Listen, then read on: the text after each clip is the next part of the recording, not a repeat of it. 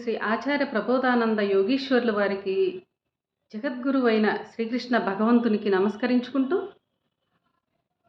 ఈరోజు పరమ పవిత్ర పరిశుద్ధమైన ఈ భగవద్గీతని చదువుకోవటం జరుగుతున్నది.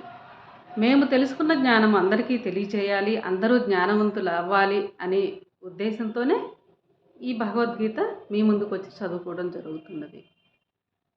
ఈరోజు జ్ఞానయోగము అనే అధ్యాయంలో 10వ శ్లోకం వరకు చదువుకున్నాం.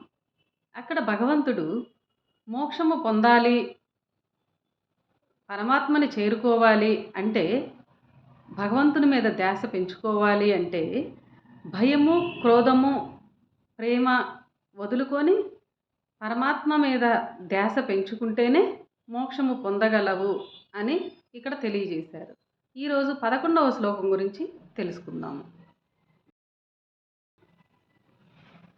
ఏ యథా మాం ప్రపద్యంతే తాం తదైవ భజామ్యహం మమ వర్త్మానువర్తంతే మనుష్యాః పార్థ సర్వశః.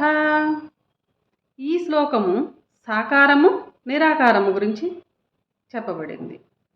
భావము: ఎవరు నన్ను ఏ విధముగా భావించి పూజించుచున్నారో అట్లే వారు నా అనుగ్రహము పొందుచుందురు.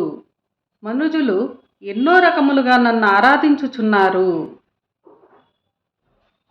వివరము: చాలామంది నన్ను చేరుకొనుటకు ఎన్నో మార్గములలో నన్ను ఆరాధించుచున్నారు అని పై శ్లోకంలో భగవంతుడు మనకి తెలియజేశారు.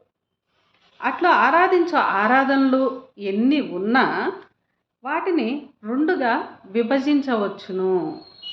ఒకటి సాకార ఆరాధన, రెండవది నిరాకారమైన ఆరాధన. నిరాకారం అంటే యోగ పద్ధతుల్ని అనుసరించటమని అర్థము. సాకార ఆరాధనలే చాలా రకాలుగా ఉన్నాయి. ఒక్కొక్కరు ఒక్కొక్క ఆకారమును పెట్టుకొని అదే భగవంతుడని పూజించుచుందురు.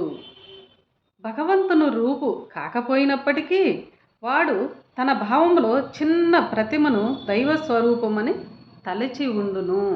అంటే భగవంతుడు కాకపోయినా అతని మనసులో భగవంతుడని భావంతో పూజించుచుండును. అట్లు అనేకులు అనేక రూపములను పూజించుచూ ఉన్నారు నేటికి భూమి మీద. అయినప్పటికీ వారిలో పరమాత్మ భావం కలిగి మోక్షమును కోరువారు చాలా తక్కువ.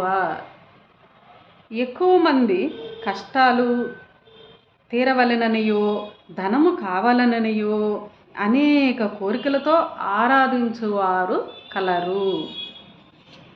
మోక్షమును కోరి పూజించువారు కూడా ఉన్నారు. ఎక్కువ మంది కోరికలు తీరాలి, బాధలు పోవాలి అని కోరికల నిమిత్తమే పూజించేవారు ఉన్నారు. మోక్షమును కోరి కూడా పూజించేవారు కూడా ఉన్నారు అని ఇక్కడ తెలియజేశారు. కర్మ ఫలములందు ఆశ కలిగి పూజించువారు కూడా ఉన్నారు.